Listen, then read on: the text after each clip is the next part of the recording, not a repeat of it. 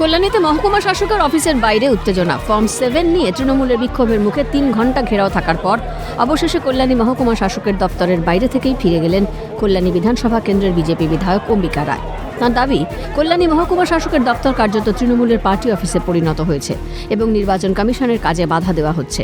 গুন্ডারাজ কায়েম করেছে তৃণমূল, আর তাদের মদত দিচ্ছে পুলিশ প্রশাসন। আজকেও অবজেকশন 7 এর আগে দিনে দিতে পারেনি, আজকেও দিতে পারছি না। এরা সমস্ত চোরগুলোকে এখানে বার করিয়ে রেখেছে, হরমানদেরকে বার করিয়ে রেখেছে।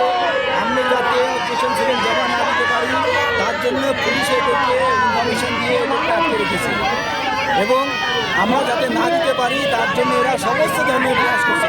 এসপিকে জানিয়েছি, এসপি কোনো ধরনের স্টেপস নেয়নি। এসে এখানে জমা দিলে ভুয়ো ইয়েগুলোকে আটকে যাবে, সেইগুলো যাতে আটকানো না পারে এবং সেই সমস্ত ভুয়ো ইয়েগুলো থাকে তার জন্য প্রয়াস করছি। এবং আজকে লাস্ট দিন, আজকে এটা ইয়ে করতে পারছে না। উল্লেখ্য, এসআইআর ফর্ম 7 জমা দেওয়ার শেষ দিনে কল্যাণী মহকুমা শাসকের দপ্তরে এসে গেটের বাইরেই তৃণমূলের বিক্ষোভের মুখে পড়েন কল্যাণী বিধানসভা কেন্দ্রের বিজেপি বিধায়ক অম্বিকা রায়। ফর্ম 7 জমা দেওয়া নিয়ে গত কয়েকদিন ধরে কল্যাণী মহকুমা শাসকের অফিসের বাইরে বিজেপি তৃণমূল উত্তেজনা চলছিল। বিজেপি বিধায়ক জানান, সোমবার প্রায় 300-র মতো ভোটার চিহ্নিত করে ফর্ম 7 জমা দিতে এসেছিলেন। অভিযোগ, সেই ফর্ম জমা দিতে বাধা দেয় তৃণমূল। এই ভুয়ো ভোটারদের মাধ্যমে নির্বাচনী বৈতরণী পার করতে চাইছে তৃণমূল। বিজেপি তা হতে দেবে না। নির্বাচন কমিশনে গোটা বিষয়টি জানাবেন বলে জানিয়েছেন বিজেপি বিধায়ক। আমি ওয়েট করছিলাম, পুলিশকে বারবার করে বলছিলাম, এসপিকে বারবার করে জানিয়েছি এবং এসডিওকে জানিয়েছি, কিন্তু কেউ আমাকে প্যাসেজ দিতে সহযোগিতা করেনি। আমি ভেতরে ঢুকতে পারিনি, অবজেকশন ফর্ম আমি জমা দিতে পারিনি। আমার কাছে প্রায় 300-র মতন অবজেকশন ফর্ম ছিল, জমা দিতে পারিনি। তৃণমূলের সমস্ত হারমাত বেশিরভাগই হচ্ছে কল্যাণীর বাইরে, তাদেরকে এনে গেট আটকে দিয়ে বসেছে। এবার ইলেকশন কমিশনকে জানাবো, objection 7 officially with due process আমরা সেটা দিয়েছি, দেওয়ার জন্য আমরা গেছি, কিন্তু এরা করেনি। ভোট চুরি কারা করছে? ভোট চুরি ওরা করছে।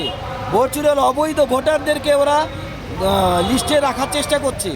যদি অবৈধ না হয়, যদি সত্যতা থাকে, তাহলে অবজেকশন হলেও তারা ডকুমেন্ট দিয়ে তারা সে করবে, তারা নাম রেখে রাখবে। কিন্তু তারা জানে অবৈধ ভোটার, সেই জন্যে অবজেকশন জমা দিতে দেয়নি। তৃণমূল নেতৃত্বের দাবি, অম্বিকা রায় একা নিরাপত্তা রক্ষী নিয়ে যাবেন, কোনো ফাইল বা কাগজপত্র নিয়ে তাকে প্রবেশ করানো যাবে না। একটাও বৈধ ভোটারের নাম বাদ দিতে দেবে না তৃণমূল। বিজেপি চুরি করতে ঢুকছিল বলেই বাধা দিয়েছে তৃণমূল। কোনো বৈধ ভোটারদের ভোট চুরি করতে দেওয়া হবে না বলে বিজেপিকে নিশানা তৃণমূলের। আমরা মানুষের ভোট রক্ষা করছি, আমরা এখানে পাহারা দিচ্ছি। উনি প্রতিদিন 2000 ফর্ম নিয়ে এখানে হাজির হচ্ছে মানুষের ভোট কাটার জন্য। বৈধ ভোট ফর্ম 7 নম্বর ফর্ম দিয়ে বৈধ ভোটার ভোট কাটতে আসছেন, আমরা সেটা কাটতে দেব না।